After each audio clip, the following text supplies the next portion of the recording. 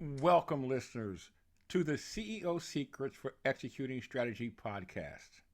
The CEO Secrets for Executing Strategy podcast is a podcast by CEOs for CEOs seeking execution excellence as they pursue sustained growth. I'm Wayne Washington, founder and CEO of Grow Company Profits. All of my CEO guests successfully operate companies with annual revenues in excess of $3 million, excuse me. Today, my guest is Richard Blank. Richard is the CEO of Costa Rica's call center. So he's joining us from down in the southern part of the hemisphere. Richard, welcome to the show. I'm glad to have you. Wayne, the pleasure is all mine. Thank you so much for inviting me here today and to be with the CEO Secrets for Executing Strategy podcast. I loved the episodes and the guests that you had share a certain insight, whereas we mentioned prior to the call, there's no shortcuts. Right, A right. lot of it are the steps that you have to take and be committed to in order to get to where you want to be.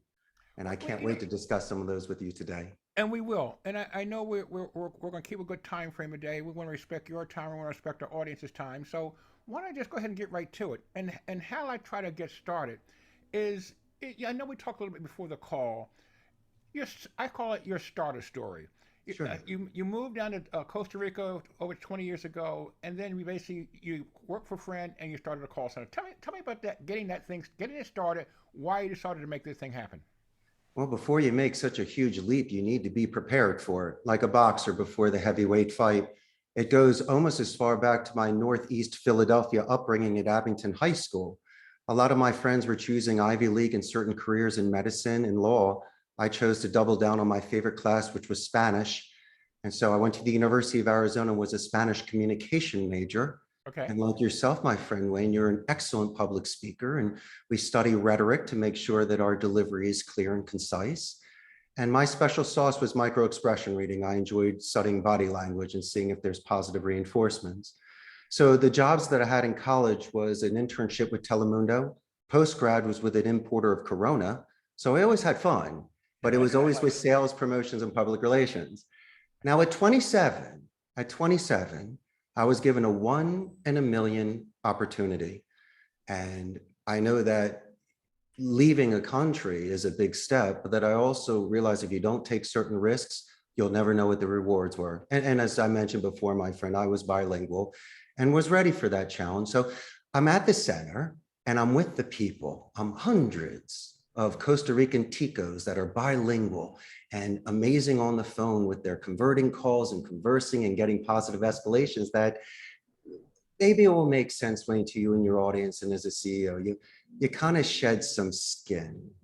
And I realized that it was a rebirth, and this was in my late 20s. Okay. But I'm also going to mention something. Working at my friend's center for 4 years, it was almost my graduate school. I learned from the inside out how to run a center, from retention, customer support, HR, onboarding, the shebang. But here's the big thing, and I'm willing to admit this. It took me into my mid 30s to have my impulse control in a certain stage where I could be mature enough I understand. to be responsible for contracts and payrolls and job stability. So I know you're expecting a out of the gate teenager or genius 20s, but I was still on my vision quest. I was trying to find myself. Okay. And so in my mid 30s, I realized that I was capable of earning more money because the call center industry, the margins are incredible, but it's also a difficult industry. And the secret to my success, and I can pinpoint it one simple way, is gamification. I start with a happy medium.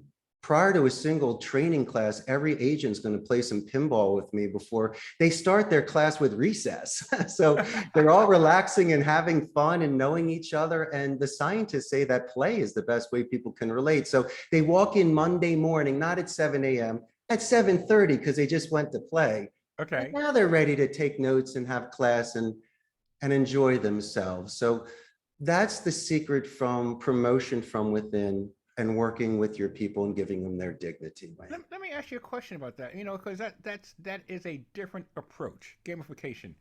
How did you come up with that? Was that something from a study standpoint? What gave you the guts to try to implement it? I grew up in the 70s and 80s. Do you remember the show Silver Spoons with Ricky Schroeder? I wanted his arcade. We grew Okay. up playing Pac-Man and asteroids. And so now that I'm a business owner and still feel like a kid, I'm allowed to spend my money the way I want to. And behind me is a 1961 Ricola Regis and a full candy machine. And I so see them. I have the space. And in Costa Rica, there's a lot of people that have these treasures that are in the bodegas. So Okay. I call my buddy up with a truck. We drive a couple hours, and the next thing you know, I'm bringing back a Ricola for just a couple $100. That's the Wow. most beautiful machine and in Okay. wonderful conditions. But why do I do this? You asked, Wayne. Yes. Because most environments, people will be on their phone at lunch, having a cigarette, not talking to anybody. It Mhm. allows me a certain neutral, safe space environment where other departments get a chance to know one another. How about letting off some steam? How about recharging batteries? Or how about this? Instead of you coming in my office, Wayne, and me grilling you about a phone call, Uh-huh. why can't we go downstairs and play some pinball? And while you're playing, I can grill you about your pinball game, you know, You know what? and we can divert that sort of energy into something else to where instead of being intimidated and fearful, I You can know, create a sort of relationship. I hear what you're saying, and as you said that, that makes so much sense to me. In other words, you're picking the environment. You can have Yeah. that barrier of the desk in front of you, or you can have a neutral environment of a game room playing games. You let I won't say people let their guard down, but they're more natural. Is that a fair statement? Not only that, but think about this. They keep saying they played pinball, but they did it virtually on the internet. Now, you and I both know there's a lot of things that are much better live than on the internet. Yes. And Yes. one of them is Elton John's pinball. Okay. Because when you feel a machine, you and I grew up during this, and it was expensive. I couldn't afford pinball back in the day. No. No. But if the games are free and they can go there, we're channeling that sort of energy.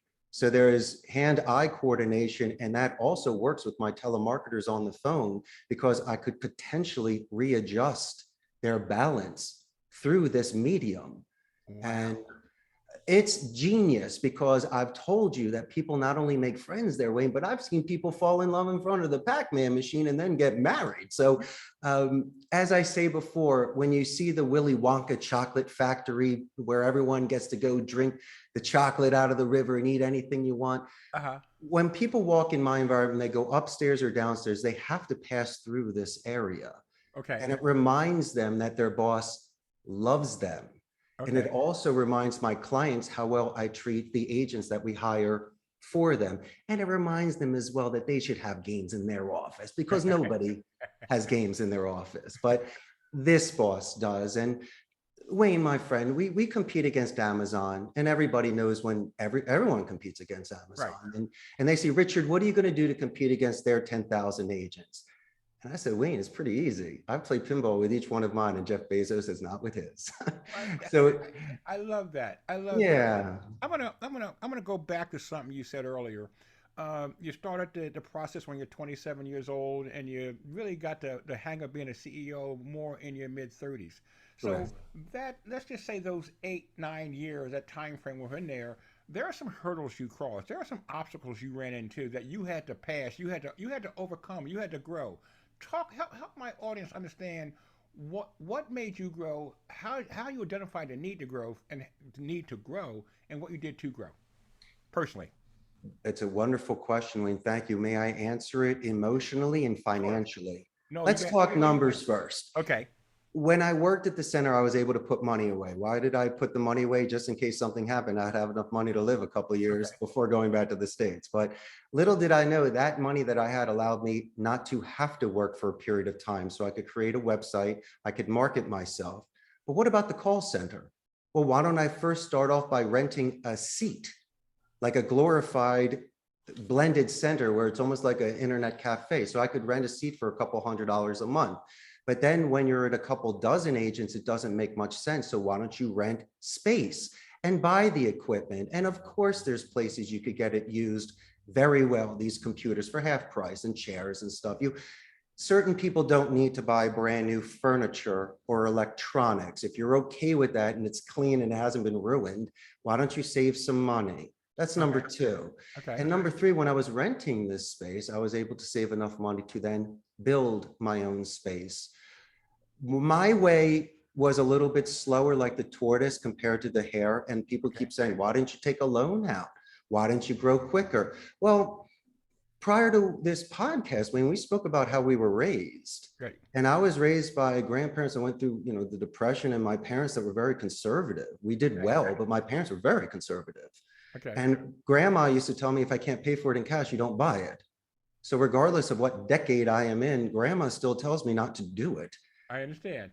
And the fact that I kept doubling, tripling down on myself, maybe it's a wonderful momentum and snowball effect. Maybe it does make sense because the bank can't take it away. I'm not paying double for it. There was never that sort of mental, I can't sleep at night risk because I lose an account.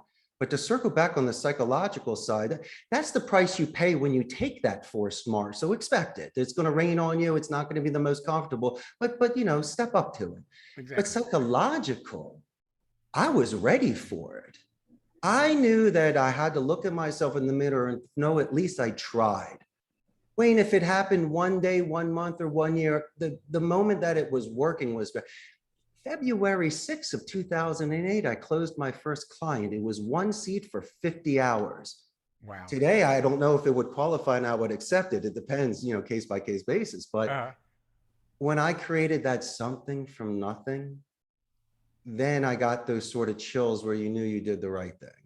wow. And as John Wayne said, I was going to die with my boots on. I was going to make sure this thing was going to work. I was going to go Rocky and go 15 rounds. I'm from Philadelphia, not saying that is what gives me my pride, but I was raised to Well, not quit. the you're dealing with an industry where you're dealing with people, your call center operators, and they have their issues away from work also, and sometimes they bring their issues to work. How did you get people? How did you get your team to work? I don't know if it's a gaming that you did. How did you get them to work together and function in a good function for one culture? It's quite easy. It's a lot of the times the campaigns that come into the center. Wayne, we're in a very strict Catholic country and there's a lot of options out there. So I refuse more than I accept. It's not that I can't fulfill my client's needs. Of course I can. The question is, would the agent decide ethically and morally to come to work and to make these calls? So what happens outside of their office? Yes, when they're here, they can recharge their batteries, feel good about themselves, and give themselves stable employment. So when they go home, they can conquer the challenges they have. But the one thing they're not going to do here is they're going to compromise any sort of ethics that they have on the phone. So they don't need to earn a dollar that way. Okay. So at least I can eliminate one of those sort of stress factors that my employees may have. Okay. Well, and as we get ready to wind down, and I could talk to you forever because I'm enjoying what you're saying, and I'm enjoying the philosophy that you bring to this discussion. I'm having the best time, Wayne. I wish we could go another hour. Wait, I know you got things to do, and I have things to do, but Yes, sir. Richard, what makes you a good CEO? Two things: that Okay. fortune favors the brave, that at least they know that I have vigor, that I have grit, that I'm going to back up what I say. But the second thing is empathy. I'm a North American guest in this country, a CEO of a company. I almost have multiple strikes against me. They Okay. sometimes are judging me what happened at their last job with their last supervisor or coworker, as I'm not judging them on what happened with the last guy that just couldn't step up to the plate. There's an expression, Borrar y cuenta nueva. It's starting from scratch. And as I say before, if my first impression with my agents is standing next to them and playing some pinball or getting to know their names when they're smiling and laughing, I think I set a pace. And I could always buy more equipment and have different real estate and do all the bells and whistles. And there are companies that are 10 times my size. But my core foundation of how I treat myself, how I treat your audience and you, of course, we both dressed for one another, Right. and just giving people dignity, Wayne, so they don't feel like a robot or a number. That is why I've lasted 14 years, because if nobody comes back, I'm by myself at Chuck E. Cheese and I'm alone on a birthday party. So this positive reinforcement of low attrition And the people that have been with me over a decade, my hat's off. And I can't thank them enough. Well, perfect. I want to ask one last question, at least give you one last opportunity to share with my audience. What tips, tools, or techniques or parting thought would you like to share with your fellow CEOs that might help them or brighten their day based on your background? What I love are positive escalations because CEOs or C levels calling into certain offices. If you have a chance to speak to a gatekeeper or an assistant, take the extra time not only to ask their name, but ask how their company is doing that day because that person's involved as well. And when you get transferred to the decision maker that you have this relationship, why don't you let them know that they have some rock stars working at their company? Do it verbally. When you send an email, do it written as well. We call those positive escalations. And so when you happen to call back that company, besides having that established relationship or budding relationship, the individual answering that call will then once again circle back and let you know how appreciative that they are and tell you more about the company culture, or just spend an extra minute just to chat up with you, because most people bypass. No, Wayne, you and I stop for a second as gentlemen and we ask somebody's name because people are not nameless. And that's the advice I could give to CEOs. They'll pass your call, but why don't we give a gift of letting the other CEOs know that they have amazing people working with them? I love your philosophy, and I really appreciate it. And I hate to cut it off here, but I know we both have some things to do. But people can get a hold of you. Give us a quick way of how people can get a hold of you. Absolutely. First, buy a first class ticket and fly down here. You can come visit me. First class sounds good. Go ahead. I know. There's always an open invitation. But if somebody wants to just run by a strip by me, 888-271-6750. You could shoot me an email at CEO@CostaRicasCallCenter.com. And finally, we have a very large Facebook fan page. So you can kind of get a pulse on the Costa Rica call center industry and also see the fun stuff that goes on after work as well. Well, thank you very much, Richard. Let me just get ready to sign off here because Richard and I would really love to thank our audience of CEOs for sticking around for today's CEO to CEO conversation. If you have any questions, we really appreciate leaving a comment in a review of our podcast today. But I look forward to future CEOs coming on our show, The CEO Secrets for Executing Strategy, where I will feature another successful seven-figure CEO sharing their secrets for executing strategy. Excuse me. Have a good day, audience, and we'll talk to you next time. And let's see. Let me start this recording. And let me just tell you what happens from here. I'm going to